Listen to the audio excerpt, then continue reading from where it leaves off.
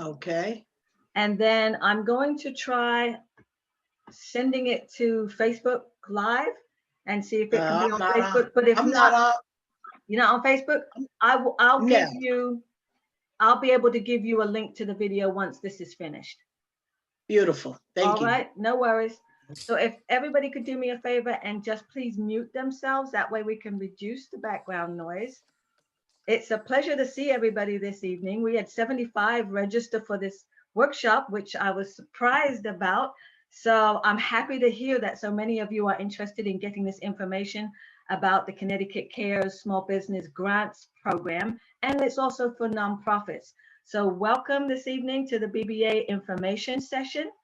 For those of you who are not familiar with me, my name is Anne Marie Knight, and I am the director of the Black Business Alliance. And as some of you know, we have a mission to support, grow, empower, and educate Black-owned businesses in our state. And I'm excited to be with you this evening. So to get us started, I would like to introduce two members of our technical assistance team so that as you're getting prepared for this application process, if you need some help, you know who to reach out to at the Black Business Alliance. So I'm going to ask them to unmute themselves and just say a quick hello so you see their faces. And I will include their emails and contact information in the chat a little bit later. All right. So Jim and Scott, can you please introduce yourselves? Jim, go ahead, please. Hi. Hey, good evening, everyone. I'm Jim Nicholas. I'm Technical Assistance Lead for the Black Business Alliance. And I'm very happy to work with everyone in this process and in anything future that we do with all of the members of the minority community. Thank you so much, Jim. Scott. Good evening, everybody. I'm Scott Arnold. I also provide technical assistance and some loan underwriting assistance for our members at the BBA. I've been with the BBA for, I guess, close to 2 years now, and I'm looking forward to working with everyone. Excellent. Thank you so much. So our guest this evening is Deputy Commissioner Gwendolyn Thames from the Department of Economic and Community Development. And I'm pleased that she's going to be with us to walk us through the application process, eligibility requirements. And then after all of that, we will do some Q&A. If you have any questions, we want to be able to get all of those answered today. Our goal is to be able to help our businesses be prepared to enter this application process, which will start the week of November 9th, which is next week. All right, so we need to know what information you need. You need to know the details so that we're at the door first. That is my personal goal. We need to be at the door the first day that this opens and ready to do our applications. So Commissioner Thames, welcome, and I'm going to turn it over to you. Thank you, Anne Marie. Can you hear me okay? We always have to do a sound check. Okay, great. So bear with me. I'm going to pull up a document and share my screen. So can you see Connecticut CARES Act Small Business Grant Program? Okay, great. I see Scott shaking his head, so I'm going to take that as a yes. So, all right, let's get right into it. First and foremost, I just want to say thank you to Anne Marie, Scott, Jim, and the entire Black Business Alliance family for being our partner, right? Because without partners like you on the ground, on the front lines, providing the necessary support, resources for our small businesses, they would not be able to navigate these very challenging, difficult times. And so I want to say thank you for your ongoing partnership. And I want to say hi to all of the businesses on this call. You know, we know the struggle is real, and you know we're really in it with you. That is not lost on us. And so with the limited resources that we have, we are really trying to support our small businesses and really help you continue to help you navigate and sustain your businesses and stay open as we continue to kind of be in this response crisis mode and reopen phase while we try to keep our residents and business and your patrons safe, while also keeping our economy moving and going. And we know our small businesses are the heart and souls of our economy and our community. So I just want to acknowledge that and thank you.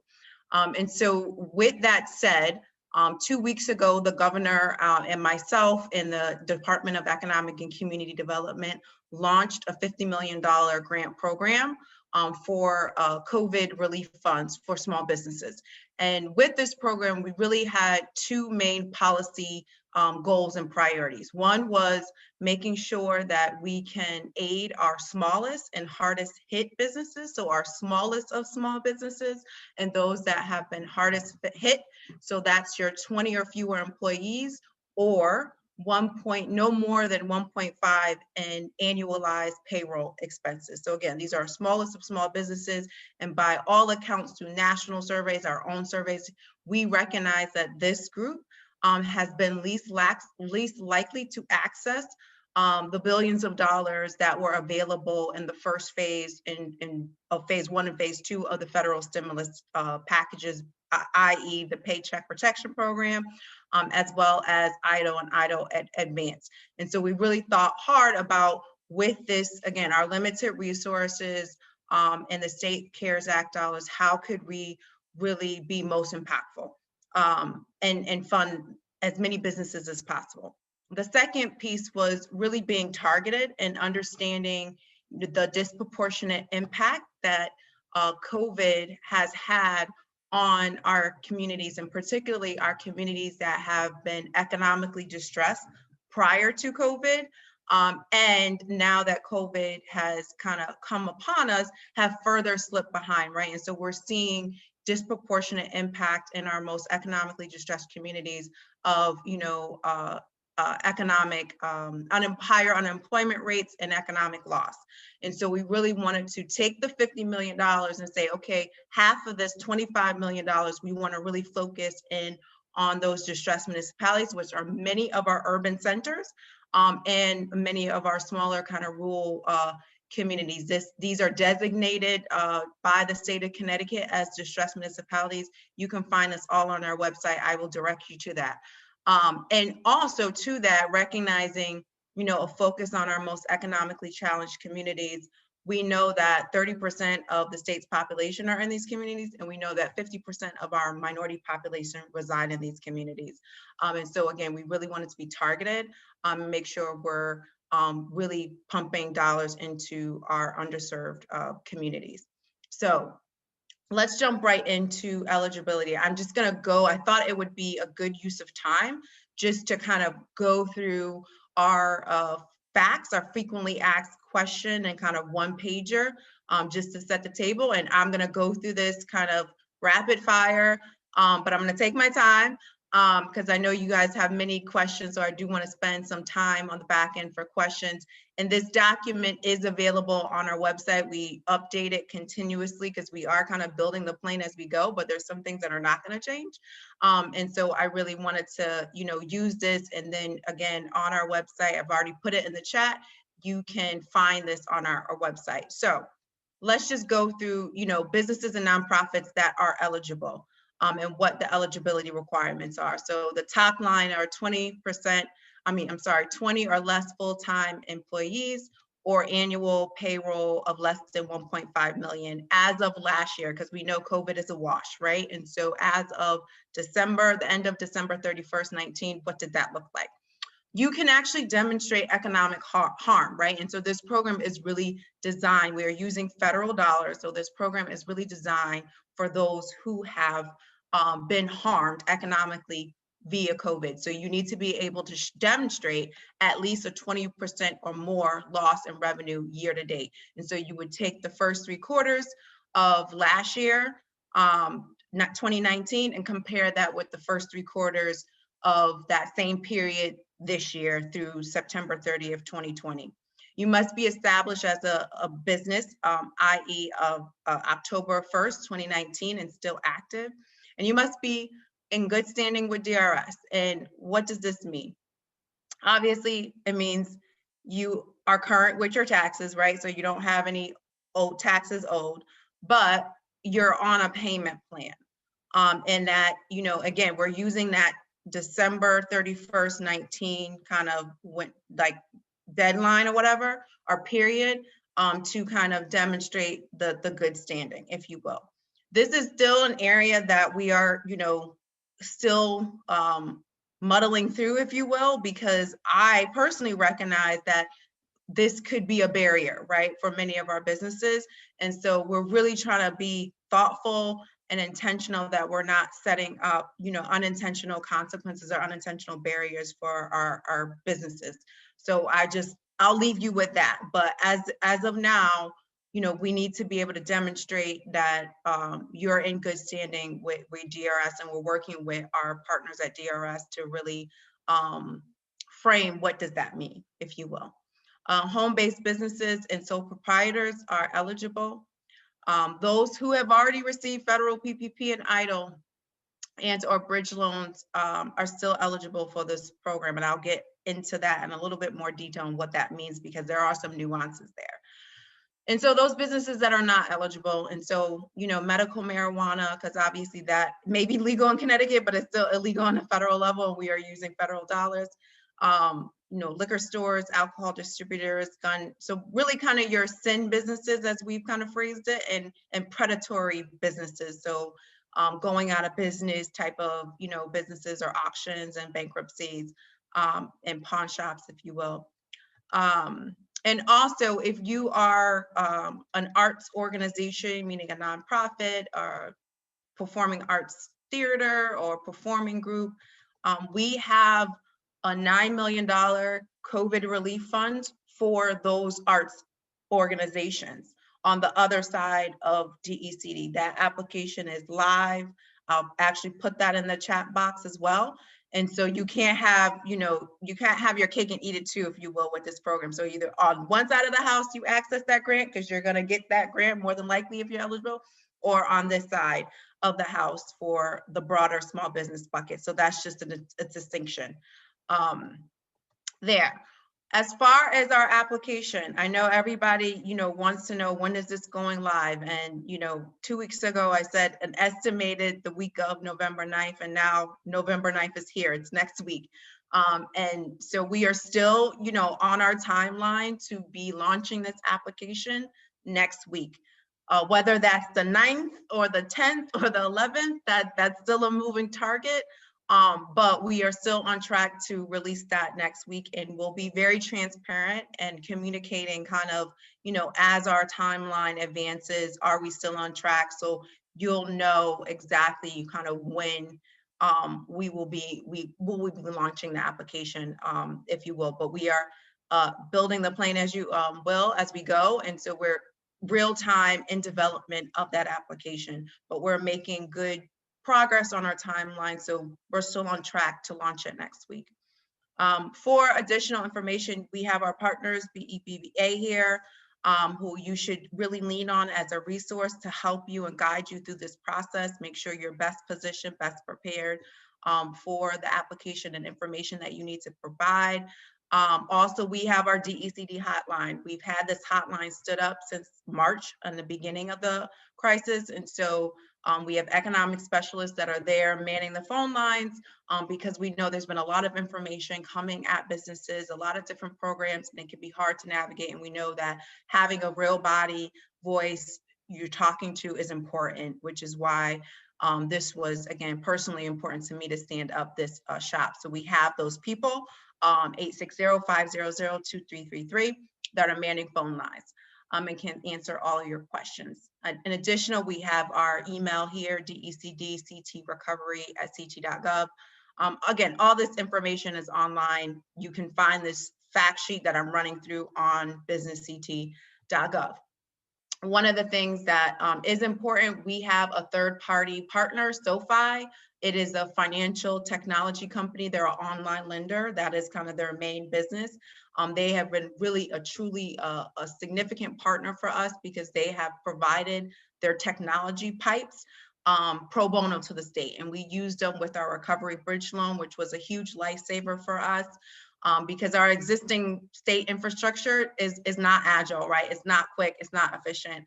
And so we really had to lean on more advanced technologies and really kind of have an automated process. And so they've signed on again with us, and they will be administering, but the application will go online And then when you click the link, you'll go to a third-party kind of site, which will be, again, the back end is managed by SoFi, our partner, but all your communication and questions are coming from, you know, DECD. They're just kind of white labeling the user experience in the back end process for us, if you will. So it should make it a very simple, transparent, and efficient process, because at the end of the day, we're standing up a program and we're trying to fund at, you know, upwards of 10,000 businesses in less than 2 months' time, right? Because we have to get these dollars expended per federal guidelines by December 30th, 2020. And so this is a very aggressive timeline. We are really committed to getting this capital out to all of you. And so having it as automated as possible was our kind of only choice in the matter, if you will. We're really going to make this work. So let's just get into some of these frequently asked questions. So as of now, as we're building the application, you know, some of the information that you need to be prepared to provide at a minimum is your social security number, your federal EIN number. So that's your federal tax, business tax number, your state tax ID number. So that is, you know, the number that you get from your annual tax filings or what have you, and a banking route number. Because the beauty of using SoFi is that, you know, if you pass our test and you go through the eligibility process, they're quickly able to process your $5,000, right? Money in your bank fairly quickly. And so we got to make sure that we get the numbers right and the information right, because we're not going to have a lot of time or the opportunity, be honest, because of the intense volume that we're getting, to try to verify, you know, information. So you really need to make sure that you have those numbers straight, you know what those numbers are, and you're putting them in the application correctly, if you will. The other thing I will mention is that a lot of people have asked, you know, what other type of documentations? If you're telling me that I need to demonstrate a 20% loss year over year, like what do I need to, what is that backup information, right? And so as of, you know, right now, we've really had to balance, you know, this whole approach of our timing and making sure that we have a process that is simple, efficient, and automated, versus, you know, asking for a whole lot of backup information that can make the process clunky, if you will. And so we're really trying to take an approach where you as a business are attesting to this information, right? And so if you say my revenues are down year over year, 20% or more, you understand your books, that's a true statement, right? And you hit yes or no. That's really kind of a lot of yes or no questions on this application, if you will. And we're really taking your word as a business, and you're certifying that. And I will note that we do reserve the right to come at a future date to ensure compliance and audit your books. Because again, these are federal dollars that we are using to administer this program. And so a lot of the federal guidance is, you know, limited, and it kind of evolves. And so we're doing the best that we can to administer a program the most responsible way, and trying to anticipate whatever may be on the back end. So again, we're really kind of taking this approach where businesses are testing to the information versus us telling us to, you have to demonstrate it and prove it with kind of spreadsheets and all that stuff. Next thing, so this is a very important point. Am I eligible if I already received CARES Act dollars? And I went over this. Yes, you are. But the important piece here is if you received PPP, EIDL, or what have you in, again, the beginning of this crisis, right? And you've already kind of used those funds for certain expenses that you've incurred through this process, you can't then claim to use this $5,000 for those same expenses, right? And so they have to be new kind of incremental expenses. So the key example is if I, you know, got an EIDL loan or PPP loan, grant, what have you, and I used that money for June and July rent, that's already accounted for. You can't use this $5,000 for June and July rent, but you can use it for October and November's rent or any other expenses that you incurred that you didn't use that money for. So I hope that that's clear, because that is a very, very important distinction and a clear point that I want to make sure people understand. So what can I use this $5,000 for? Because everybody, again, if you're eligible, everybody's getting a $5,000 one-time grant. There's no kind of, you know, up or down, up to 5, more than 5. Like, everybody's getting $5,000 if you meet our eligibility test. So payroll, rent, mortgage, utilities, inventory, purchase of machinery and or equipment, and other costs associated to ensure compliance with Connecticut reopened sector rules. And so there's been many businesses from our barbershops, salons, restaurants who've had to, you know, get plexiglass, PPE, or what have you. And so all of those expenses count as eligible uses. And so that bucket can be very broad, is the point, if you will. Will I qualify if I do not have good credit?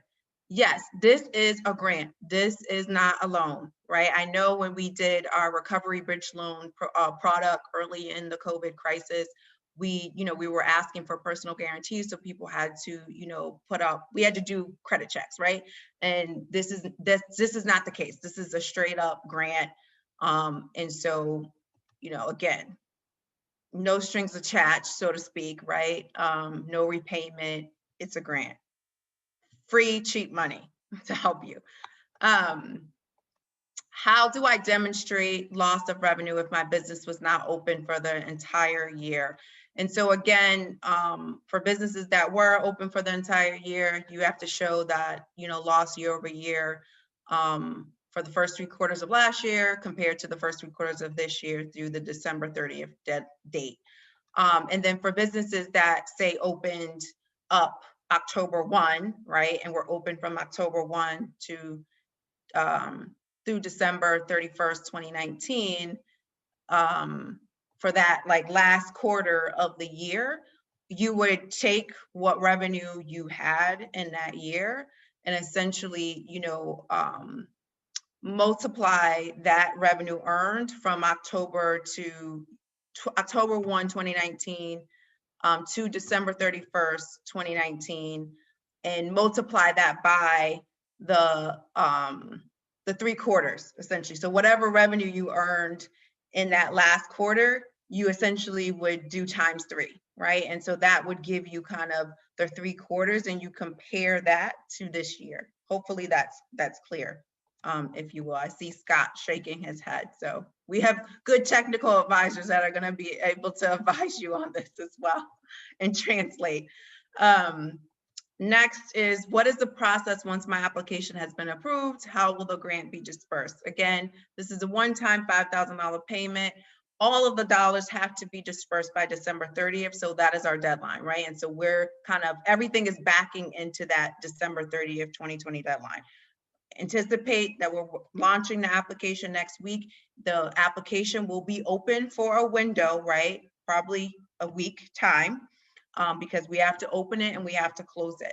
And then from there, we will do our analysis and our eligibility test, and then quickly, as fast as possible, make decisions to be able to just disperse those funds. But again, December 30th is kind of our guidepost, and we're backing into that date as far as payment. Will I be required to sign a legal agreement? Yes. Again, this is not a loan, so there's not a repayment, but there will be a contractual agreement upon accepting these dollars. And similar to what I said previously on kind of our general approach we're taking with this application, and kind of attesting, right? And you kind of, you know, giving us your word that what you're saying is true. We do reserve the right to come back at a future date to do audit and compliance. And so just being mindful, that will be all kind of documented in this grant agreement. Our goal is to try to make this grant agreement as simple as possible, where you don't need to kind of consult with an attorney or what have you, but regardless, there's no cost or fees on our part to execute this agreement. And one of the good things about our technology partner is that once you are approved, you will get notified you've been approved, and then there is an execution of that grant agreement, right? And so that will go via DocuSign or some kind of document platform where you'll be able to do everything, you know, electronically, and then shortly after, your funds will be in your account. That's kind of the process, if you will. And then where can I go for more questions or need information? I kind of went over this earlier, a hotline, DECD, email, our businessct.gov website, BBA. There are a lot of people out here trying to help businesses and make sure that you get access to all the resources that are available to you. Over the last couple of weeks since we announced, we've really been using this opportunity, as I say, a window of learning, right? Outreach, communicating, make sure people are best positioned, best prepared, understand what to expect, are ready to hit go, and spend the time. And one of the last things I will say, and I'll open it up for questions, is don't be dissuaded by any of this stuff that if you kind of hit the top line eligibility requirements, your 20 or less employees, or less than 1.5 million in annualized payroll, you've been economically harmed, right? And you can demonstrate that. You're in good standing with DRS, but even if you're, you know, not, don't be dissuaded by applying, right? Because make us tell you no. And that's what I've been telling everybody since this COVID response hit, because I know a lot of this information could be overwhelming. But I don't want people to feel not compelled to apply, right? Like apply and make us tell you no, and we'll tell you why we said no, right? But make us tell you no, spend the time. Hopefully this application will be a very quick, you know, 15-minute, 20-minute kind of deal. It will be well worth the time to get the money on the back end. But again, don't be intimidated or discouraged by any of this information. Apply. Thank you. I'll stop there and take questions. Hey, Glenn. Yeah. Hey, it's Scott. Obviously, one of the eligibility requirements, I think it's important, and it kind of stands out, is the issue regarding you must be in good standing with DRS. Maybe you can just mention how the business owners can either go to the DRS website or contact DRS to verify that, because that's one of the initial stumbling blocks that you may not know if you're in good standing. So it'd be something, if this goes live Monday or Tuesday, it's something you want to try to take care of tomorrow or Friday, so you're ready to go. So you're not waiting for a response. So Yeah. maybe you could address that. Yep, that is absolutely correct. There's been a lot of communication from DRS to small businesses, as I understand it, because they're moving from like one legacy system to a new system. And so they've been, you know, communicating with small business on verifying certain information. And they do have, you know, the process in place to help businesses get in good standing. And they launched that again as part of this COVID process, because we all knew that businesses, whether you were, you know, not in good standing prior to COVID, but we know that COVID really kind of took people for you know, a sum. So they put those programs and stuff in place. So I would very highly suggest people, you know, reach out to DRS. A lot of their stuff is online, and really understand your status, and whatever your status is, if you can get into that payment plan, get into the payment plan. Glenn, this is Jim Nicholas. I've had some of my clients who've come and asked me, how do we define revenue? Is that net income, or is that gross sales or net sales? How are we going to define that 20%? It's gross. It's gross sales. It's gross. It's gross sales. Is that not net income? It's gross. It's gross. Okay. So whatever you, I guess, based off your tax filing, right? That's gross. And so we're comparing it with that. So are nonprofits eligible? I'm the board chair of a boxing gym here in New Haven. And I'm just wondering, does it apply to nonprofit small businesses as well? Yes, nonprofits. This is for small businesses and nonprofits. Gotcha. I'd like to respond to one of the questions in the chat if possible. There's a couple of questions about defining what a small business is, and I think you mentioned sole proprietors are eligible to apply. Can you talk about more about whether or not you need to be an LLC with an EIN, difference between sole proprietor or a regular business for the application?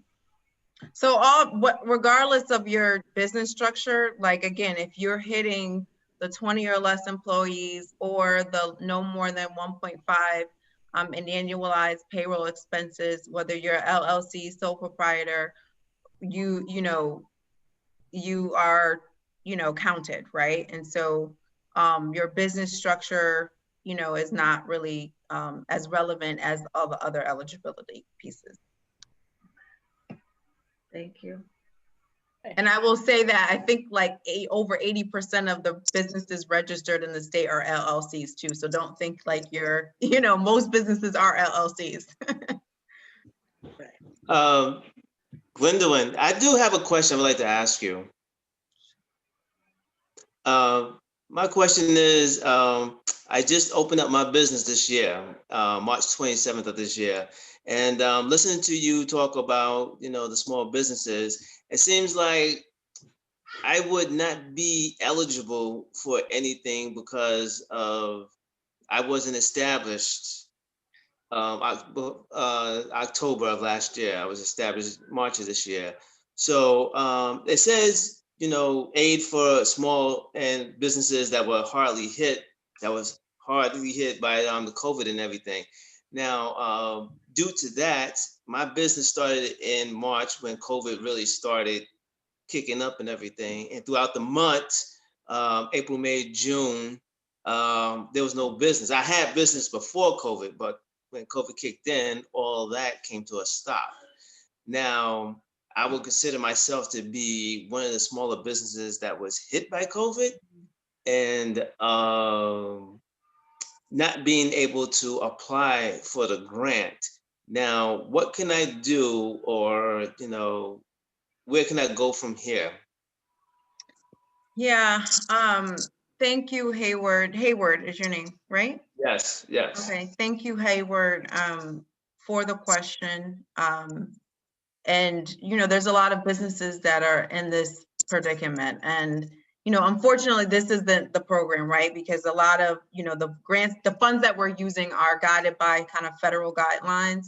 And so they're really looking at, some level of past history to show kind of the economic harm, if you will. But obviously, you started in March, you didn't really get a fighting chance, right? And so you were economically harmed. And so I totally get that. And so I would say, work with BBA, they have kind of technical advisors on hand, Scott, Jim, to really kind of assess what your situation is and making sure that you're plugged into other resources that may be available to you. And, I would just say, I know you don't want to hear this, but like, keep the faith, keep doing what you're doing. Again, this program was designed specifically for, businesses hardest hit. But there's more relief coming, right? And this is really meant to be a bridge and a shot in the arm for businesses, recognizing that there's additional federal stimulus that's coming very soon. And so, this is to hold people over to some degree until that additional stimulus money comes and more programming can come online. And so I would just say, hold tight, keep doing what you're doing, focus on, getting your customers, reach out to the BBA and understanding your resources. But unfortunately, this particular program is not a fit for you. Okay. Gwendolyn, I have a quick question for you. Sure. My name is Ben Billy, and I would like to know, is the grant, can you use the grant money for advertising, inventory, and marketing? Yeah, so inventory is absolutely one of those eligible uses. As far as advertising and marketing, I think, that probably falls under that, cost of whatever cost you've incurred for complying with, Yeah. reopening. Cost of doing business. Yeah. reopener sector rules. I think, again, that box is very broad, and I know everybody's had to kind of pivot, right, and do more marketing, move to a virtual,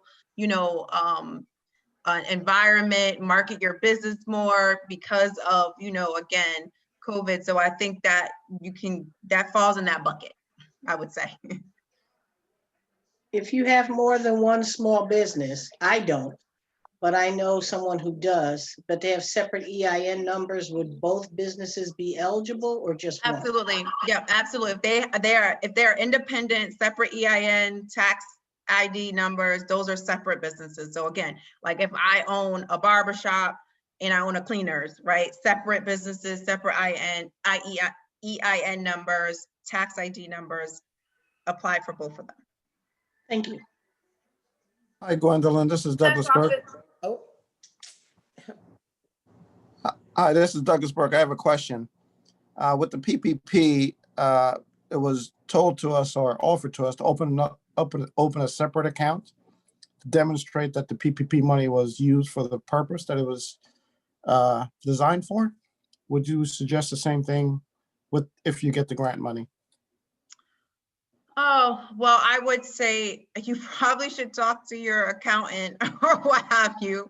I don't want to give bad advice or what have you. And I know the PPP and the EIDL program were very unique. And so I want to make that distinction because the guidelines are, although it's all kind of federal money, there was very prescriptive and specific kind of guidelines and rules to manage the PPP and EIDL programs. And particularly with PPP, I think a lot of accountants, advise people to set up those separate bank accounts because it can be forgiven, right? And so you want to make sure that you're documenting everything so you can get the maximum forgiveness on that grant.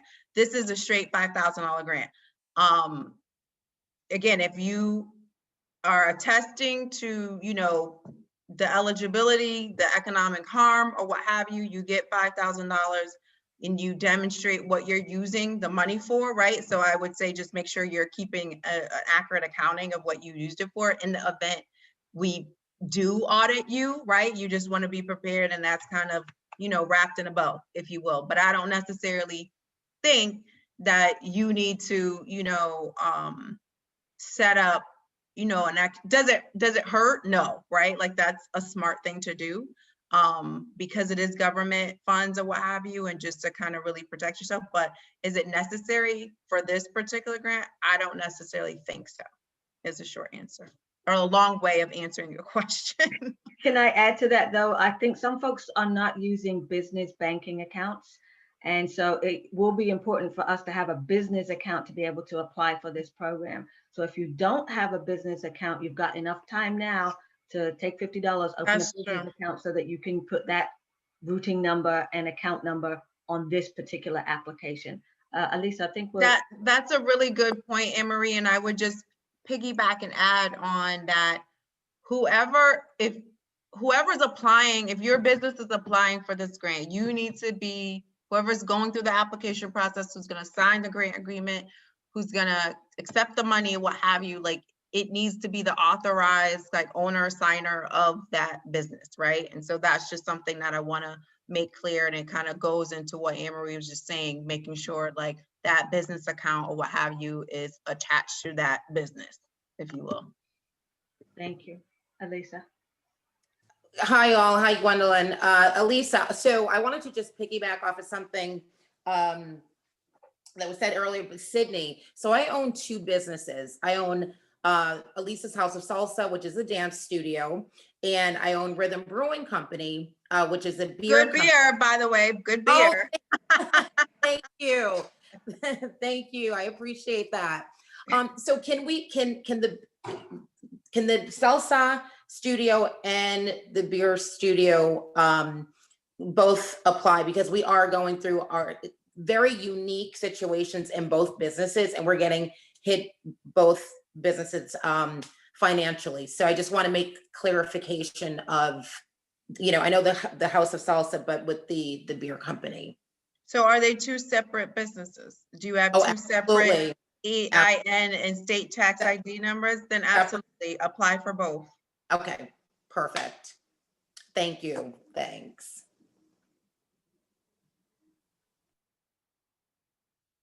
I think there was another question in the chat. Can the grant be used for expenses going forward?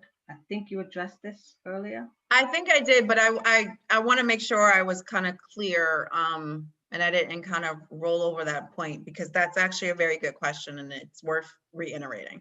And so the time window, time period, right, for expenses is the March 1st date through March 1st of this year, 2020, right, when the pandemic was starting, through the end of this year, December 30th, 2020. And so you have to demonstrate that whatever you use this $5,000 for has to be within that time period. That's the point, right? And so again, I gave the example, you know, if you use PPP for, you know, June and July rent, now you can project out that I need October, November, December rent paid, right? And so I can use this grant for those expenses. So, I mean, it's really for those expenses that you can't afford, right? Based off of, you know, your financial situation, you can't afford your utility, you can't afford to re-up on inventory, whatever that means, that's really what you're using the money for.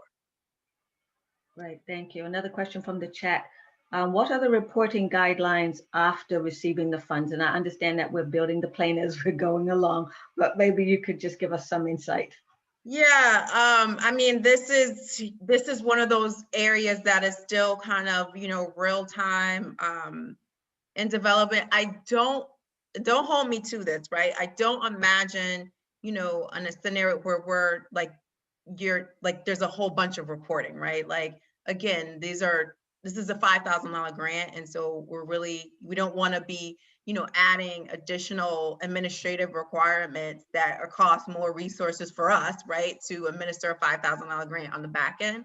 And particularly, we're talking about like $10,000, $5,000 grants, right? And so we just have to be practical about and reasonable about what that reporting looks like. And so again, it's this like delicate balance, but I think the bigger issue is just like there's just been limited guidance from the feds on the administration of this fund. So we're just trying to kind of play this, you know, anticipation game.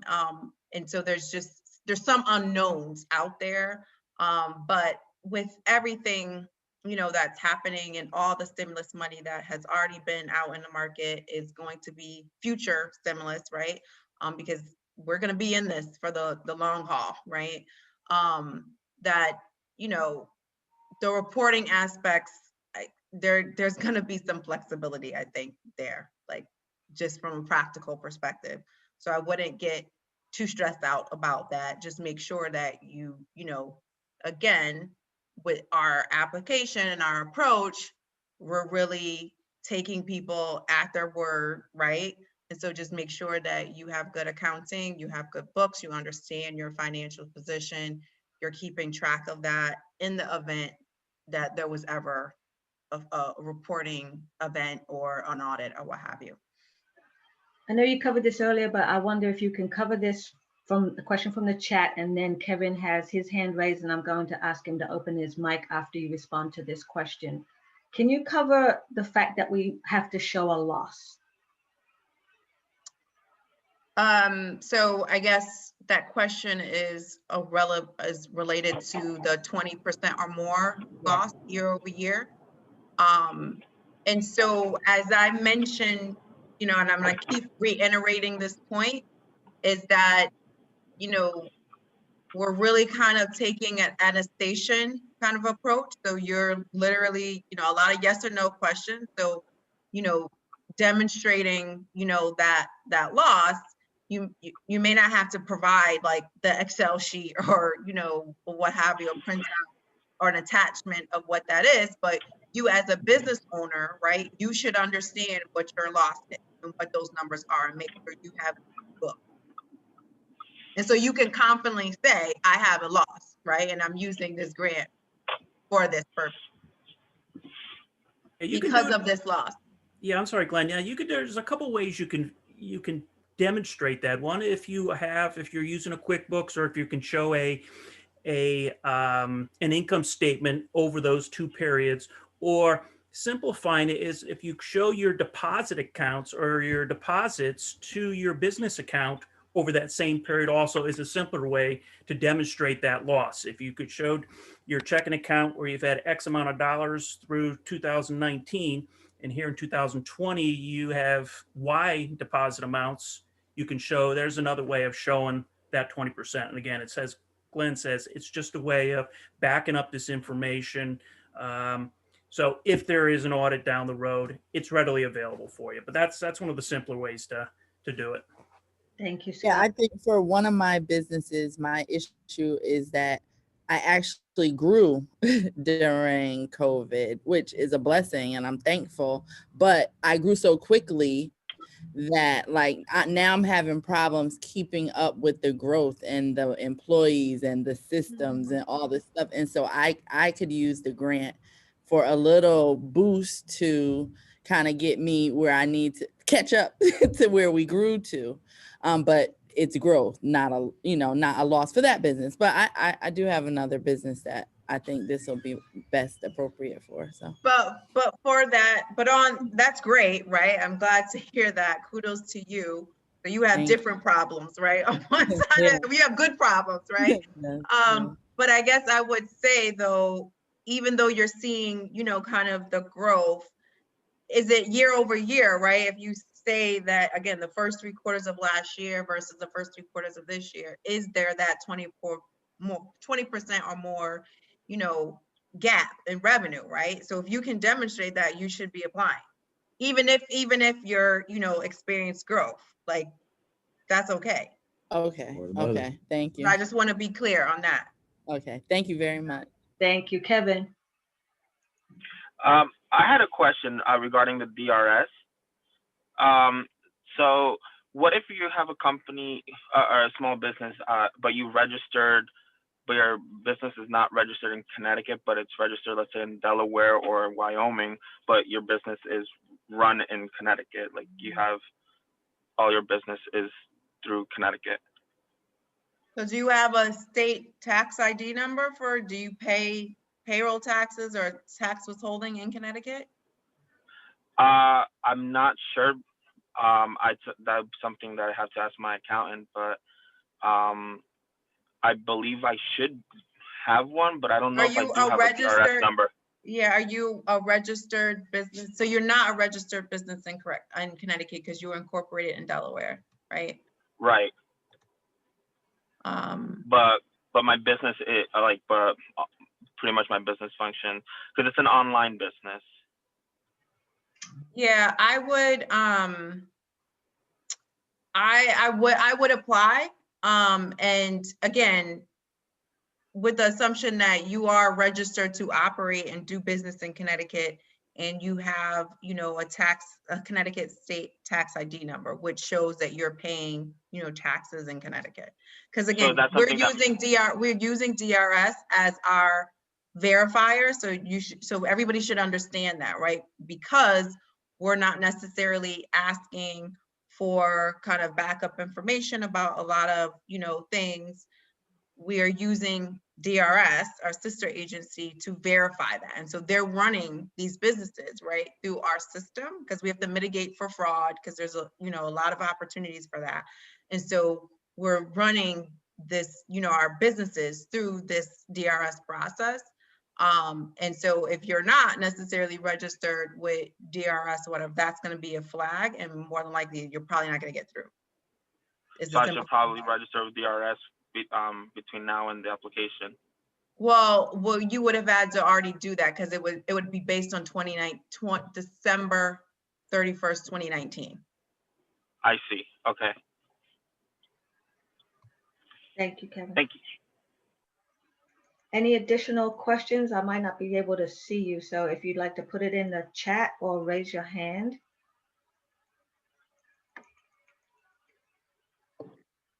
This is last call. Let's see, where's your hand? Chris Ann Miller raised hand. Yes, thank you. Go ahead.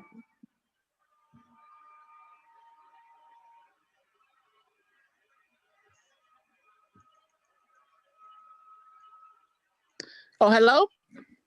There you are. I have a question. So, like the other guy, said he wasn't established until like, he said March of this year.